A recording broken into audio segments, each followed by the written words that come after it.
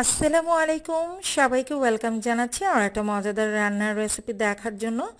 আজকে পর্বে শেয়ার করছি স্পেশাল বাইম মাছ ভুনা। যারা মাছ খেতে পছন্দ করেন, আশা করছি আমার আজকের রেসিপি তাদের কাছে ভীষণ ভালো লাগবে। আর এভাবে বাইম মাছ ভুনা করলে কিন্তু এর স্বাদ দ্বিগুণ বেড়ে যায়। রান্না করা খুবই সহজ, খুবই সিম্পল ওয়েতে চেষ্টা করেছি শেয়ার করার জন্য। আশা করছি বরাবরের মতো আমার আজকের রেসিপিটাও আপনাদের কাছে ভীষণ ভালো লাগবে। তো বাই মাছ ভুনা করার জন্য প্রথমে আমি মাছগুলোকে ভেজে নিব। সেজন্য প্যানে পরিমাণ মতো তেল দিয়ে দিচ্ছি। আর তেলটা গরম হয়ে এসেছে, এ পর্যায়ে আমি দিয়ে দিব মাছ। আমি এখানে দুইটা বড় সাইজের বাই মাছ নিয়েছিলাম, সেটাকে এরকম ছোট ছোট টুকরো করে নিয়েছি। তারপর সামান্য পরিমাণ হলুদ, মরিচ, ধনিয়া আর লবণ দিয়ে মেখে নিয়েছি। আর চেষ্টা করবেন অবশ্যই হলুদ, মরিচ, ধনিয়া এবং লবণ দিয়ে মাছটাকে মেখে নিয়ে তারপর ভেজে নিতে। আর এভাবে ভেজে নিয়ে যদি রান্না করে নেওয়া যায় তাহলে কিন্তু বাই মাছ খেতে খুবই মজা লাগে। চুলার আঁচটা মিডিয়ামে রেখে কিন্তু এটাকে উল্টে পাল্টে ভেজে নিতে হবে। তো আমি কিছুটা সময় ভেজে নিয়েছি। আর যখন এরকম লাল লাল টাইপের হয়ে আসবে, অর্থাৎ একদম ভালোভাবে ভেজে নেওয়া হয়ে যাবে, তখন আমি এই মাছের টুকরোগুলোকে তুলে নিচ্ছি। আর অবশিষ্ট তেলেই কিন্তু আমি রান্নাটা করে নিব। এবার আমি এতে দিয়ে দিচ্ছি মেজারমেন্ট কাপের 1 কাপের মতো পেঁয়াজ কুচি। আসলে পেঁয়াজ কুচিটা যে মেজারমেন্ট কাপ দিয়ে মেপে নিতে হবে এমন কোনো কথা নেই। পরিমাপটা আরও একটু বাড়িয়ে বা আরও একটু কমিয়েও নেওয়া যাবে, তবে পেঁয়াজের পরিমাণটা যদি বেশি হয় তাহলে খেতে বেশি ভালো লাগে।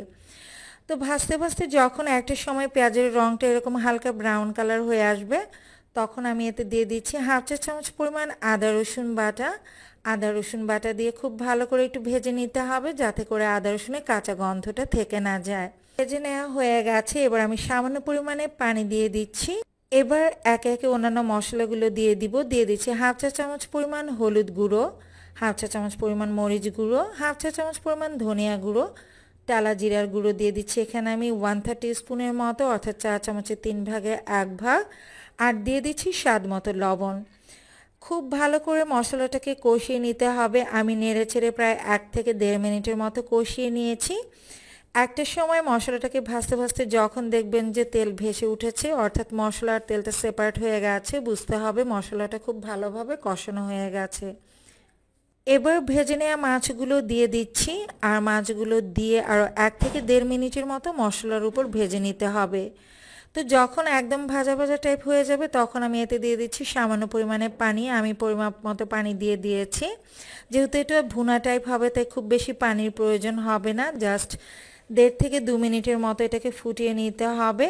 যখন দেখবেন যে এটা ভুনা ভুনা টাইপ হয়ে এসেছে, অর্থাৎ গা মাখা হয়ে গেছে, একেবারে শুকিয়ে ফেলা যাবে না, জাস্ট এরকম মাখা মাখা রেখে কিন্তু বাইম মাছটাকে নামিয়ে নিতে হবে। একবার হলো এই বাইম মাছের রেসিপিটা এভাবে ট্রাই করে দেখতে পারেন, আশা করছি ভালো লাগবে। রেসিপি ভালো লাগলে লাইক, কমেন্ট এবং শেয়ার করে দিবেন। বেশি ভালো লাগলে চ্যানেলটিকে সাবস্ক্রাইব করে সাথেই থাকার অনুরোধ রইল। যারা ফেসবুক পেজ থেকে আমার রেসিপিটি দেখছেন তাদের কাছে রিকোয়েস্ট রইল আমার পেজটাকে ফলো দিয়ে সাথেই থাকার জন্য। পরবর্তী রেসিপি দেখার আমন্ত্রণ জানিয়ে আজকের মতো এখানে বিদায় নিচ্ছি। সবাই ভালো থাকবেন, সুস্থ থাকবেন। আল্লাহ হাফেজ।